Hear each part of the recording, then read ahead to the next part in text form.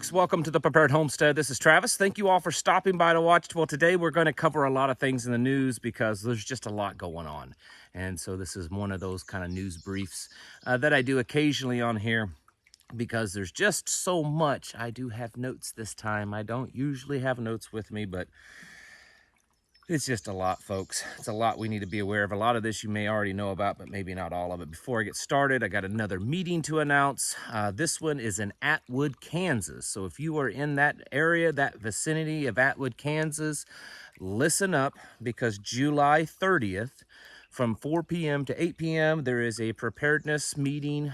They're going to be working on organizational structure of a group they're trying to form there, skills demonstrations, talking about current events and how it affects them. And if you're wanting more information about that, there should be an email that's been up here on the screen, and you need to email that person and ask them about this meeting. That is in Atwood, Kansas. Atwood, Kansas, July 30th.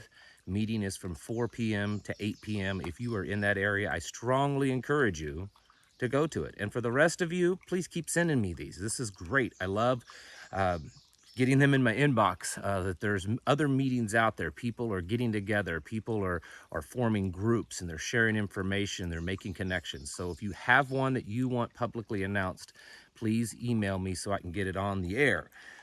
So the big news today, most of you probably are already aware of this. Inflation is up. Like, that's a big shock, all right? You know, and when this comes out, you know, it's always this, oh, breaking news, shocking news. Inflation is higher than it's been in 40 years. And all of us are like, yeah, we've been buying this stuff for the last month. We've seen the prices go up. We know inflation is high. Truth is, though, is inflation is much higher than that 9.1%, which we have talked about on this channel extensively, that is really just a made-up number to try to keep the people, you know, subdued as long as possible. And they started changing how they figure it back in the early 90s. The actual inflation per shadowstats.com, which is a pretty reputable site that figures inflation based on what it was back, how they figured it back in the 70s and the 80s. Current inflation right now is 17.3%. That's the highest it's been in 75 years, folks. 75 years. Now we're starting to get back into close to the Great Depression era level of inflation. So 17.3% is the actual inflation. And of course, as you know, many of the products you purchase are much higher than 17.3% over last year's prices. Big scare. Okay, brace yourselves, buckle up, folks, because there's a new wave headed your way. They've been talking about this. It's like this kind of slow buildup. It's interesting that this is kind of headed into the midterm elections, but hey, whatever. Dr. Fakey's been out there telling everyone they need to start putting these on indoors because there's a new wave that's going to hit us this fall. The CDC is out there making videos telling everyone you need to get this updated, okay? You need to get it, and you need to get it right away is what they're saying. So brace yourselves for very possible, restrictions. Who knows how bad they're going to say this is. They're saying this is some new mutated strain that's going around, and the numbers are increasing daily, of course. NATO also is increasing. They're increasing their troops sevenfold. Many of the countries within NATO is greatly increasing their troop size from maybe just a few thousand or a few 10,000 up into very large numbers, six-digit numbers or bigger, because, a lot of people believe that we are on the brink of some kind of war with Russia and Belarus and probably China and all of them. In fact, the president of Belarus is claiming that they have intel that NATO is preparing an attack on them, and they have been telling their military to get ready to prepare for an attack from NATO. Along with this, it just seems like it's a coincidence, and you know how we believe coincidences here on this channel, but New York Emergency Management has issued a PSA. This looks like something I grew up with, okay? I mean, at least it has that feel to it, and this PSA is warning New Yorkers of what to do in case of a nuclear attack. I don't think since the Reagan administration these types of PSAs have been out there. And of course, the information that they're giving of what to do is absolutely ridiculous. You know, if you see a mushroom cloud, get inside, stay inside, and wait for the authorities to tell you what to do. Uh, you know, you're not going to necessarily always die in a nuclear attack. It's extremely survivable. But if you're in New York City downtown with all those big buildings and you can still see the blast, you're in a real bad trouble there. Maybe if you're out in Kansas or where it's flat, where you can see, into the next state and you see a mushroom cloud, you're probably going to go be okay. We will probably cover as much as part of me doesn't want to. We will probably cover some nuclear awareness and preparedness tips eventually on this channel coming up soon. The drought is worsening. We all know that. For those of you that have gardens, you know that it's dry. And of course, there are places that's getting just a lot of water, and some places even too much water. But the drought in the areas that it's affecting is getting really bad. Even in my area, we've had extremely minimal amounts of rain in the last month and a half, really going back to the 1st of June. And they're saying that there's almost no rain in the forecast through the end of July. I think they're calling for rain this weekend in certain areas. They're saying it's sporadic and it'll be very minimal, and it probably won't do much to help with the drought conditions throughout the Midwest. But this is hitting a lot of places really hard, and Texas just appears to be the one that's hitting the hardest. The crops there are dying before they even have a time to mature. We reported on Kansas the other day that their wheat crops are doing awful in a lot of areas. Corn and wheat in Texas is the same way.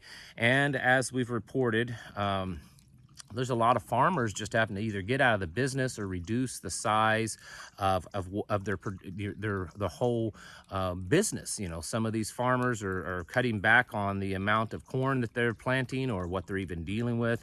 I've seen reports of them that they're just letting it go. They're not even going to attempt it to try to salvage what's out there because so much of it has gone bad. And it's the same way with the ranchers. The cattle and I tell you, that video I did the other day where I showed that video in Emory, Texas, with all those guys lined up trying to sell their cattle. I got a lot of flack from that one. People saying that I was overreacting.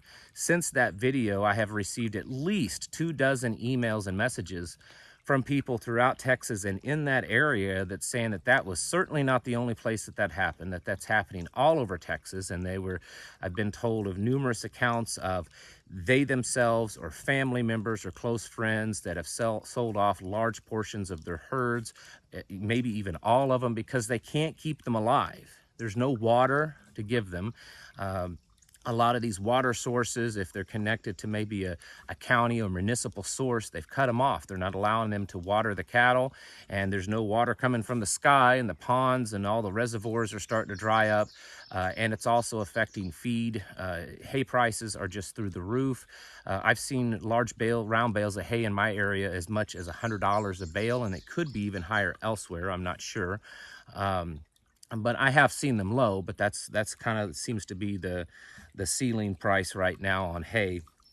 But this is getting bad, and there's, like I said, just a lot of reports of farmers cutting back in production, ranchers selling off cattle because it's too costly. They can't do it. They can't keep the cattle alive or keep their fields growing and make any money. I mean, they have a choice of going completely under and losing everything, their home and their cars and all that kind of stuff, or just cutting their losses and getting rid of a herd or a half a herd or whatever it is.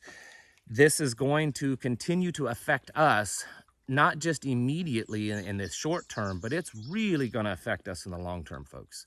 This is why I keep telling people to stock up as much as you can. I mean, stock it to the rafters, because even if there aren't like serious, drastic food shortages like we're seeing in places like Sri Lanka, the food prices are going to continue to go up. And I do believe we'll see food shortages eventually, but real hardcore food shortages. But the food prices are definitely going to go up.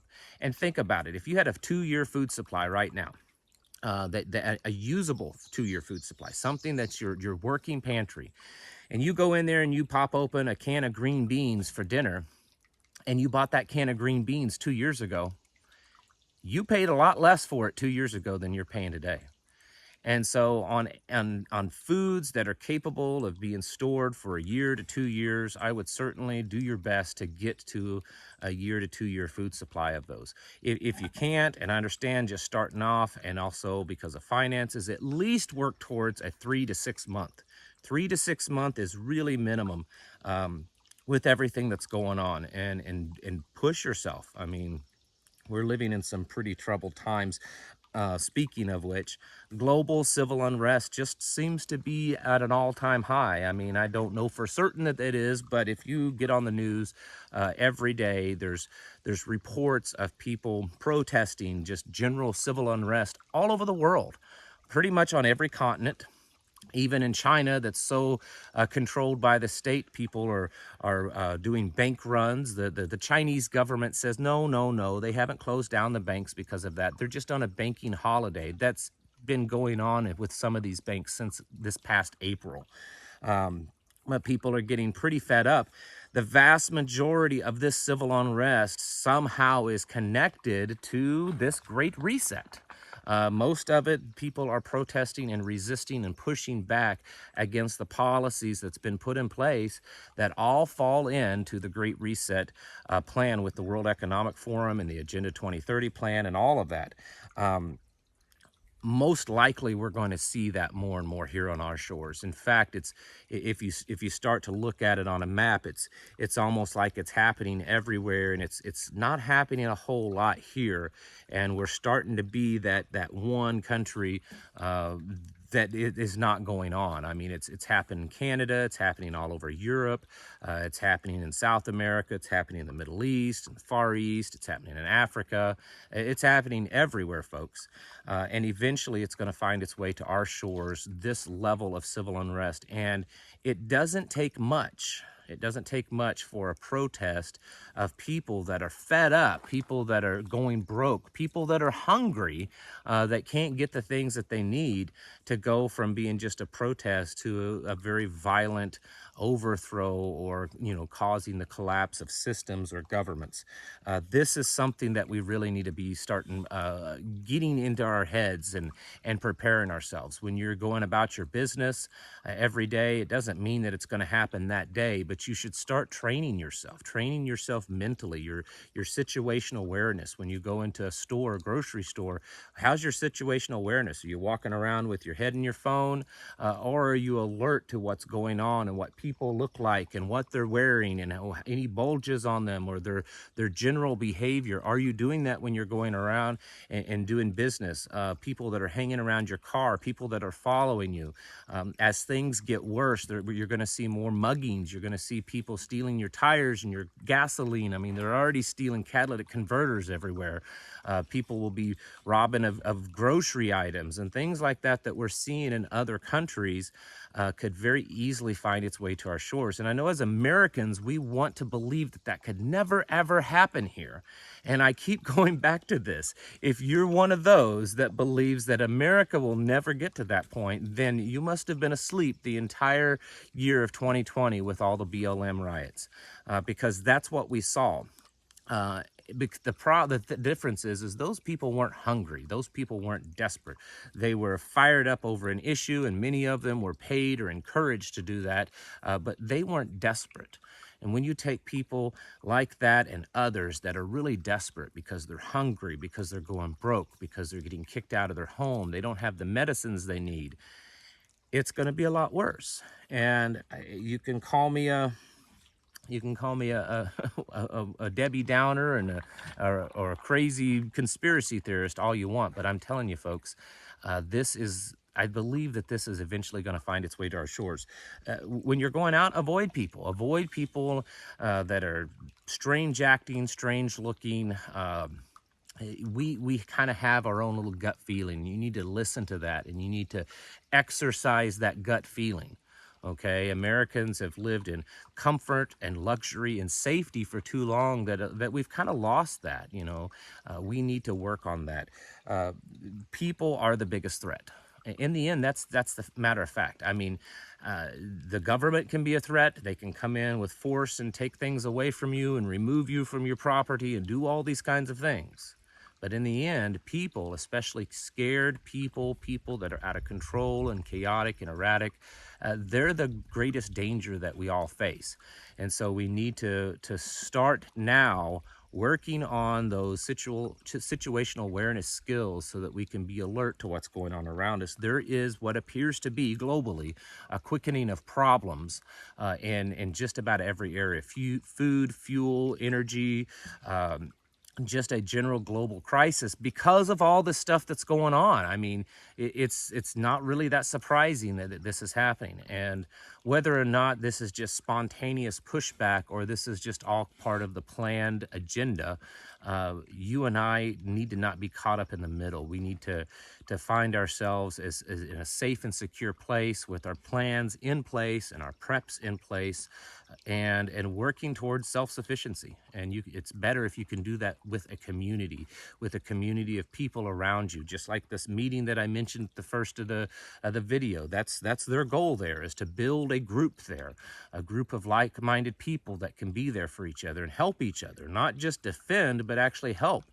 Here in our own area, at our group, we do that. We go do work days at people's places. We're getting ready to do another one here soon.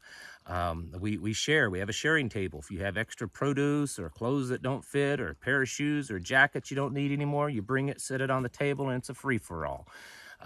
This is what community does, and it's what we all need to be part of, because this system that has been built up all around us, we don't belong in that. We're not part of that. And we need to do everything we can to not be in it and not be part of it. Folks, get your houses in order. Prepare yourselves mentally, physically, and especially spiritually. Thanks for watching. I'll catch you in the next video.